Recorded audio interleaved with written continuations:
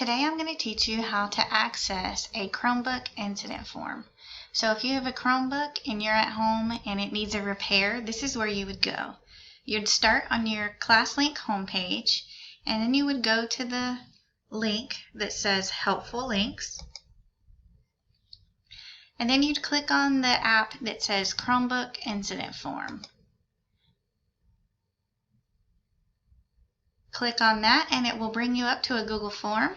On this Google form you can enter your first name, your last name, your student ID number, your address, your phone number, what school you're enrolled in, the incident type. So if it's lost or if it needs a repair, you click on one of these. If it's something else, click on Other and you can type in what that issue is. You can select one of these different issue types or choose Other. And then it's going to ask you for your Asset ID sticker. So on the bottom of your computer, you should see a little sticker that says Hardy County Schools.